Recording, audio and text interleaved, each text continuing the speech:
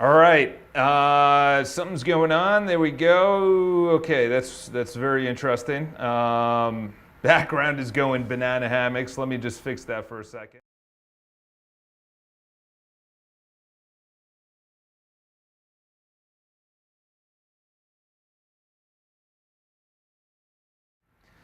All right, we'll just go back with the generic background. For whatever reason, the background was going a little bit nuts. Let's not transition over. All right, there we go. Actually, there we go. All right, that's actually kind of funny. Anyway, so we go live every single day that we can, and it's actually written up by Morgan. Thank you very much. She's out in California. We're going to be really getting a lot, not only 1% better, we're adding on someone that does design. So in other words, thumbnail, we came out with the BPI magazine, everything like that.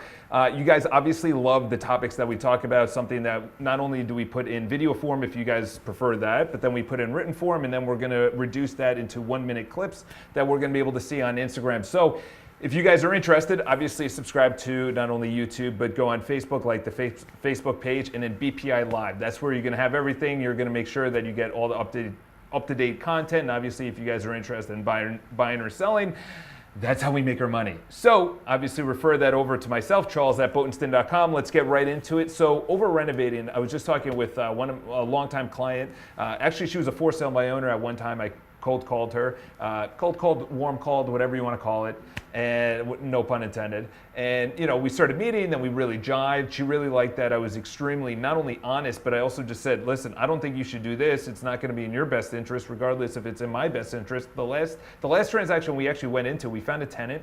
I didn't get paid for it, and I'm not advocating that that's how it is. But at one time she said, you know what? I'm going to be loyal when I sell this, and I'm going to make sure that I give you full compensation, everything else. So over-renovating, she owns 3 apartments that she's renovating right now. And the first one, as any developer, as any investor, you just over-renovate. You put in the nicest stuff. You put in the nicest toilet, the nicest sink. You put in the most beautiful floors that you can. You skim coat the walls and the ceiling. You put in recessed lighting, and you go a little over the top.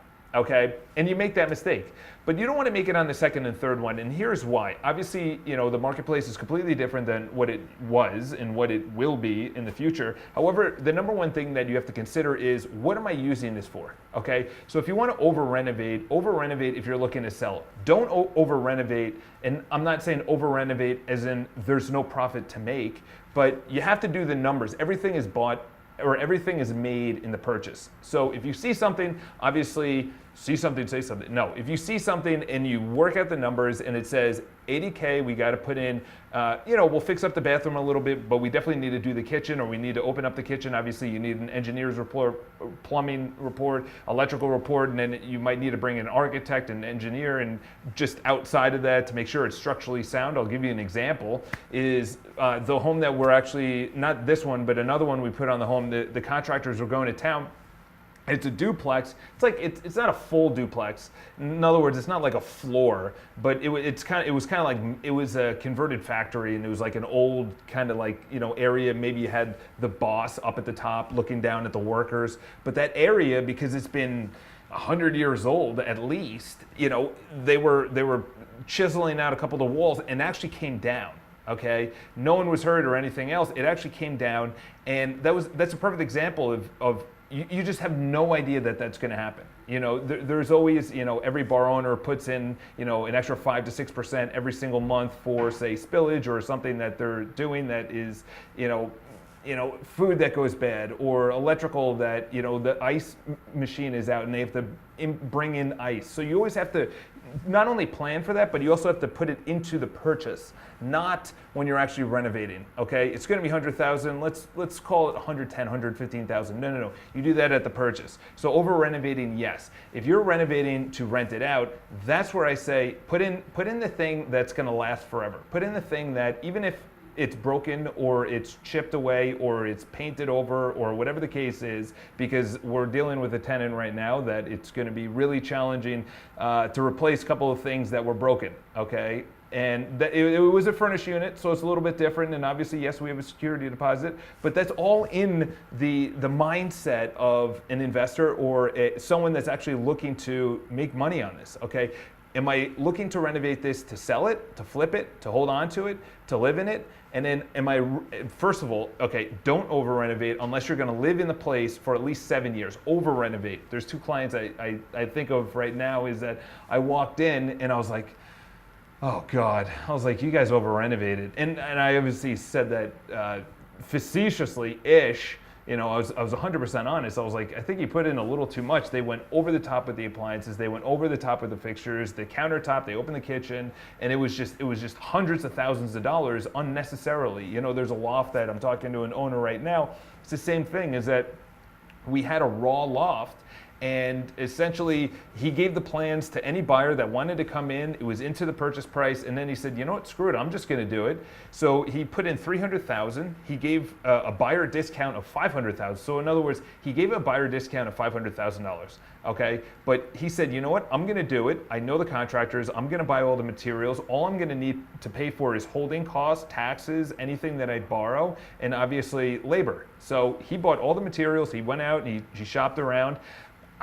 Personally, that's completely up to you. I don't know how much time you have on your hands, but he actually saved $200,000. That $200,000 is going to be the broker's commission. So not only did he just save the amount of money that he would normally be paying towards the broker, he's actually making more money. The building's going to be happy because their home values went up. The area is going to be excited, and he didn't over renovate. He cost cutted everything that he needed to. He went in and he made sure that everything not only is not over the top, but he knew he was flipping. So he didn't want. It was kind of like a medium style renovation. You know, you could go Sub-Zero or you could go GE profile, or even lower from there. You can go down from there. All right. So there's three types of flipping. I'm going to end it right here. Number one is if you're going to, or three types of renovating. Number one is you're renovating to flip. You're renovating to flip and sell, not flip and rent, but flip and sell. That's where you go a little bit below grade of what you would normally live in, but you still want to make sure that there's named appliances and you have an open kitchen and you don't skimp on anything because people will notice and they'll say, this is cheaply done, these cabinetries. The second is that you flip and rent it out. That's when you go lower end because people know, you know what, I don't care if this is cheap, I'm just renting. So that's when you go the cheapest that you can. The first is flip and sell, which is a medium amount. If you're flipping and renting and then selling, at least you live there for 5 or 6 years. A lot of people, they rent and then they renovate, they live in there and then they get bored. And then after year 3, they come to me and I say, we can't make a profit right now. If you want to roll this into, your loss category, that's fine. I'm willing to do that. However, if you over renovate, you can't expect that the marketplace is going to, this is the best example. The marketplace is not going to reward you for your $100,000 kitchen. Okay, the market once it's like a car. It's like you buy the car, you drive it off the lot, immediately it's dropped 30% in value. Why? Because you bought it. It's not yours. It's not the dealership's anymore. You drove it. Yeah, you went a mile. It doesn't really matter. It's the same thing with cabinetry. It got installed. It's not brand new. You've lived in it, and I hear that over and over. I would say, and it depends on the renovations, you're probably going to recoup about 35 to 40% of the cost that you put into a home depending on how long you've been there. So in other words, that's off the lifespan. So if you put in, say, $1 million, one of my clients, he put in $1 million into his home. I said immediately, that thing is worth $700,000 more, maybe even less. Okay, and it's not almost immediately, you have to live there. So he's lived there for about 2.5, 3 years. He might be getting a bigger space, but that's what I said, is that live there at least 5 years. You're gonna recoup your costs, you're gonna make a profit, you're gonna be able to afford me to sell it, and everyone's happy. The buyer's happy, you're happy. So if you guys have any questions, leave in the comments below. We're gonna be going live pretty much every single day, which is great. And of course, if you guys do have any questions, charles@botenstead.com. We're on Instagram as well at bpi.live, and then we have BPI Celebrity, and then BPI News. So wherever you guys want, whatever you want, we're providing the content for it. We're going to be putting 3 homes on the market. We'll discuss that tomorrow. Have an amazing day. Talk to you guys soon.